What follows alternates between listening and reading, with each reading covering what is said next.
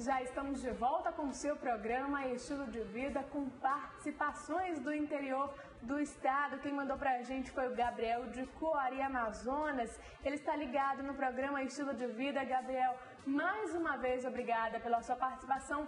Um grande beijo para você e todos que estão também nos assistindo aí no seu município. E aqui no Estúdio Glass do Amazon 7, a gente vai com o nosso bate-papo do dia. Quem acompanha o noticiário certamente se deparou recentemente com casos de uma doença misteriosa que deixou inúmeras vítimas, principalmente na região da Bahia e em alguns lugares do norte e do nordeste do Brasil. Como se não bastasse, a dengue e o chikungunya está aterrorizando também o Brasil essa doença que é conhecida como o vírus da Zika ou Zika vírus, como é mais conhecido. E para esclarecer todas as nossas dúvidas, hoje nós vamos conversar com um infectologista e chefe de departamento clínico da Fundação de Medicina Tropical, Dr. Antônio Magela. Seja bem-vindo mais uma vez aqui no programa Estilo de Vida. Bom dia. Bom dia a todos. Então, como eu falei, quem tem visto o noticiário realmente se deparou com essa situação, como se não bastasse a dengue e a febre chikungunya. Agora nós temos mais um, que é o Zika vírus, né, doutor? O que é esse vírus exatamente? Bom, é um vírus conhecido desde a década de 50, quando ele foi isolado, né, pela primeira vez, e que causava uma doença febril em pessoas da África. E ele acabou ficando restrito à África, nunca saiu da África causando doença. Mas nós atravessamos um momento atual de muitas viagens internacionais. As pessoas viajam muito entre os continentes. E é inevitável que carreguem vírus de um continente para o outro. Até mesmo dentro de um período de incubação, quando as pessoas não têm sintoma nenhum. E com o Zika vírus não foi diferente. Acredita-se que ele tenha chegado ao Brasil, saído da África e chegado ao Brasil em pessoas que vieram para assistir à Copa do Mundo. Então, ele tinha essa preocupação com algumas doenças que pudessem realmente surgir na época da Copa do Mundo. E acabou acontecendo com o Zika vírus, que foi identificado inicialmente na Bahia, no Rio Grande do Norte e em São Paulo. Agora, a nossa preocupação também é com outros eventos de grande porte, assim como a Copa do Mundo. Ano que vem nós vamos ter as Olimpíadas de 2016. É realmente uma preocupação, né, doutor? É o mesmo cenário. É o mesmo cenário e as autoridades de saúde ficam sempre atentos, né, e tentando identificar as situações de maior emergência para que, se houver necessidade, se deflagrar as ações de controle. Então, a vigilância epidemiológica está sempre com as suas ações voltadas para identificar, né, casos suspeitos de doenças com gravidade, doenças com potencial epidêmico, para que se possa, a partir do momento que se identifique pessoas doentes com risco dessas doenças, evitar que a doença se propague para a população local. Agora, doutor, nossa equipe de reportagem foi às ruas da capital amazonense para saber da população o que elas sabem, quais são as dúvidas que elas enfrentam nesse momento a respeito deste vírus. Por isso, eu vou pedir a ajuda da nossa produção para colocar no ar a nossa pergunta número 2. Ela quer saber, tem alguma dúvida a respeito deste assunto? A gente sabe que ainda não é tão divulgado assim, até mesmo na questão do estudo, da produção, foi um pouco mais difícil por não se ter tantas informações a respeito deste assunto. Então, a nossa população tem uma pergunta aí pra gente, produção, vamos ouvi-la? Como é transmitida? Bom, doutor, a pergunta dela é de que forma ocorre a transmissão desse vírus? Inicialmente, há necessidade da presença do mosquito de uma pessoa susceptível, né, e de uma pessoa doente. Ou seja, o mosquito ele suga o sangue de uma pessoa doente, adquire o vírus. No organismo desse mosquito, esse vírus vai se replicar e quando esse mosquito sugar o sangue de uma outra pessoa, ele vai introduzir o vírus nessa outra pessoa. Então é uma cadeia de transmissão onde você precisa de no mesmo ambiente ter uma pessoa doente, o mosquito específico transmissor da doença e as pessoas que estão vulneráveis, que estão expostas. E a partir do momento que o vírus é introduzido no organismo, a pessoa não tem sintoma nenhum e o vírus continua replicando, ele começa e permanece replicando, ele vai se dividindo, vai infectando as células e depois de 8 a 10 dias é que surge o quadro clínico. Geralmente, nesses casos, uma doença febril, né? E como toda doença infecciosa, no início elas são todas muito parecidas, né? Febre, dores musculares, dores no corpo, perda de apetite, queda do estado geral. Mas aí a partir de 24, 48 horas começa a surgir um ou outro sinal ou sintoma que vai direcionar o raciocínio do médico que atende, do clínico ou do especialista, para que seja uma doença ou outra. Existem diferenças entre sinais e sintomas que podem caracterizar uma ou outra doença. Bom, doutor, tem uma pergunta do Gabriel, ele diz assim: esse Zika vírus, ele é transmitido por pessoas? A gente acabou de falar, realmente, devido ao mosquito, né? E além dessa transmissão através da picada do mosquito, já foi identificado que lá na África, mesmo as pessoas que melhoram após a infecção, nós estamos falando de uma doença que nós não temos experiência com ela aqui. Nós estamos falando da experiência de outros continentes, de que as pessoas, mesmo depois que elas melhoraram, foi identificada a presença do vírus no sêmen. Ou seja, até com a possibilidade de ter também uma transmissão sexual, como já houve um pesquisador que voltou de um local onde estava ocorrendo a doença e após alguns dias a esposa dele apresentou um quadro semelhante e foi identificado que ela estava com Zika vírus. Então, a possibilidade é que tenha ocorrido também uma transmissão sexual. Então, há essa possibilidade. Agora, tem cura? Ou acontece da forma como as outras doenças sexualmente transmissíveis? Ela é o que nós chamamos de doença autolimitada. Ela tem um período de duração, dura de 3 a 7 dias. Agora, o que chama a atenção entre essas 3 doenças e os vírus, os 4 vírus da dengue, o vírus da chikungunya e o vírus da zika, eles são todos transmitidos pelo mesmo mosquito, que é o Aedes aegypti, que está aí no ambiente urbano, né, convivendo com a nossa população. E é importante o combate a esse mosquito. Diferenciando clinicamente uma doença da outra, na dengue, o que chama a atenção é a intensidade dos sintomas. A dengue é uma doença que maltrata muito a pessoa que está doente.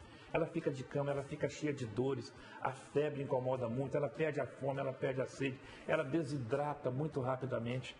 E é uma doença muito perigosa. Entre o 3º e o 5º dia é o período em que ocorrem as complicações. A chikungunya, o que chama a atenção é que é a febre também alta, mas um comprometimento das articulações, das juntas. E é uma dor articular que pode durar meses e até anos, virar uma artrose, uma artrite crônica. E no caso do Zika vírus, é uma doença que tem um quadro clínico mais brando, mas chama a atenção a intensidade das manchas na pele e da ocorrência de uma irritação ocular, semelhante a uma conjuntivite, mas que a literatura nos diz que é uma doença autolimitada, que ela pode durar de 3 a 7 dias, depois melhora sem trazer muitas complicações. Mas é uma realidade esse risco, né, da introdução da doença, né, no Amazonas. O Amazonas recebe muitos turistas de todos os lugares do mundo, então nós temos que estar sempre atentos para identificar as pessoas que têm doenças febris e além disso, nós não podemos nos esquecer das nossas doenças febris. Então, nós temos que ampliar agora a nossa capacidade de fazer diagnóstico, que na maior parte das vezes é um diagnóstico clínico, né? A história do paciente é que vai me fazer suspeitar de uma ou outra doença.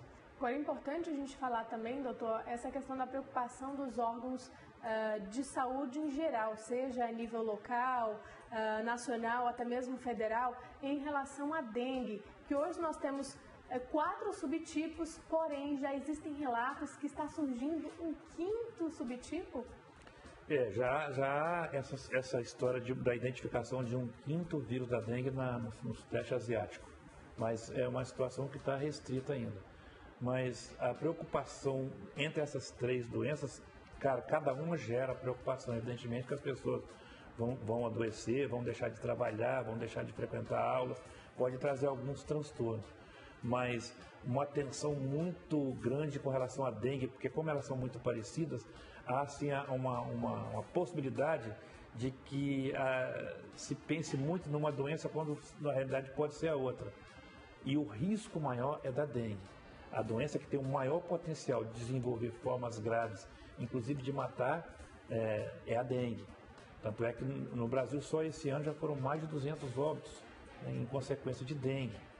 Então nós temos que estar atentos para fazer o diagnóstico correto, para tratar também adequadamente as pessoas doentes. Doutor, vou pedir para que a nossa produção coloque agora na nossa tela interativa a tela número 2, que fala um pouquinho a respeito dessa transmissão, que é o mesmo mosquito, o Aedes aegypti. O que me chama a atenção, doutor, em relação, não sei se a palavra está correta, mas em relação aos vírus, por que um único transmissor é possível ter esses 3 vírus diferentes? Tanto a dengue quanto o chikungunya e agora o Zika vírus. Ele sofre mutações? Tem a ver com cada região?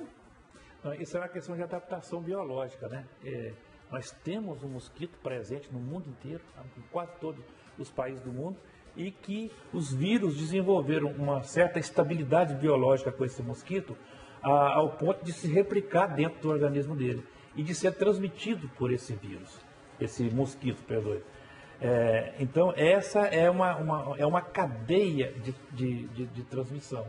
E aí nós estamos lidando com um mosquito presente no ambiente urbano, no ambiente rural, dentro das casas das pessoas, capaz de transmitir 4, 5, 6 tipos de vírus diferentes. Então, é um inimigo difícil de ser combatido, é um inimigo perigoso. Então, as nossas baterias devem se voltar para o combate a esse mosquito transmissor. E as autoridades de saúde não vão resolver isso sozinhas. Há uma necessidade de uma ação muito positiva por parte da população. Cada um cuidando do seu espaço, dentro da sua casa, ao redor da sua casa, evitando o acúmulo de lixo, evitando qualquer situação que possa favorecer a presença desse mosquito Aedes aegypti, que agora se sabe muito a respeito dele, é um mosquito muito estudado, talvez o inseto que tenha se expandido mais nos últimos 50 anos, uma capacidade de adaptação, de replicação, e agora sabe de transmitir, né, o mesmo mosquito transmitindo um grande número de vírus causadores de doenças nos humanos. Agora a gente percebe que há uma dificuldade até mesmo nessa questão do diagnóstico e da própria pessoa identificar devido aos sinais e sintomas serem muito parecidos. E tem uma pergunta a respeito disso, produção, vamos colocar a nossa pergunta número 3. Quais são os principais sinais e sintomas?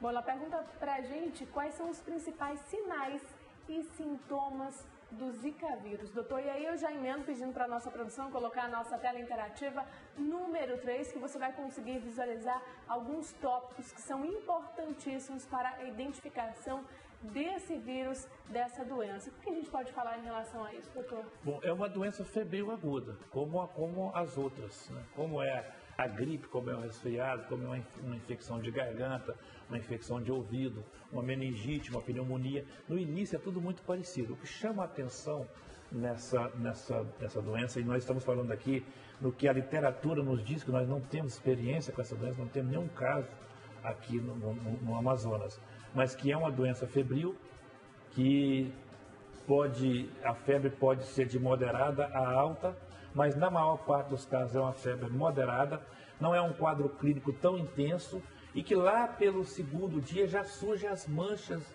na pele. E são manchas muito vermelhas com algumas brancas, né, pelo meio, e um comprometimento das articulações pode dar uma dor articular e chama a atenção a ocorrência de irritação ocular, de um quadro clínico semelhante a uma conjuntivite. Então, se a pessoa apresentar com essa história, nesse primeiro momento, se ela viajou para essas áreas onde a gente sabe que estão ocorrendo o caso dessas doenças, como no Rio Grande do Norte, na Bahia e agora em São Paulo, nós vamos realmente suspeitar que pode ser essas doenças.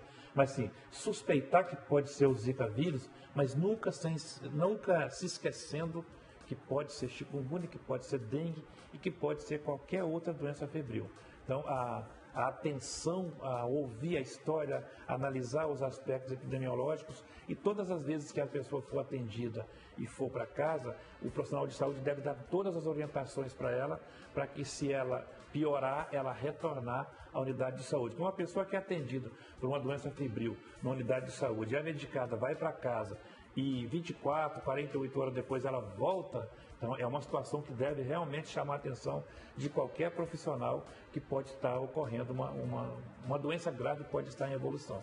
Então, atenção à vigilância e atenção às pessoas doentes é que vai fazer com que nós tenhamos a possibilidade de fazer diagnóstico, tratar as pessoas e evitar complicações. Bom, doutor, nós vamos fazer uma breve pausa aqui no nosso bate-papo, mas a gente continua falando a respeito deste assunto. Você de casa, se tem alguma dúvida, algum questionamento, esse é o momento para esclarecê-los. Então, manda para a nossa produção através do WhatsApp 92, código de Manaus, 8111 4512. Um intervalo rapidinho e a gente já volta. Até lá.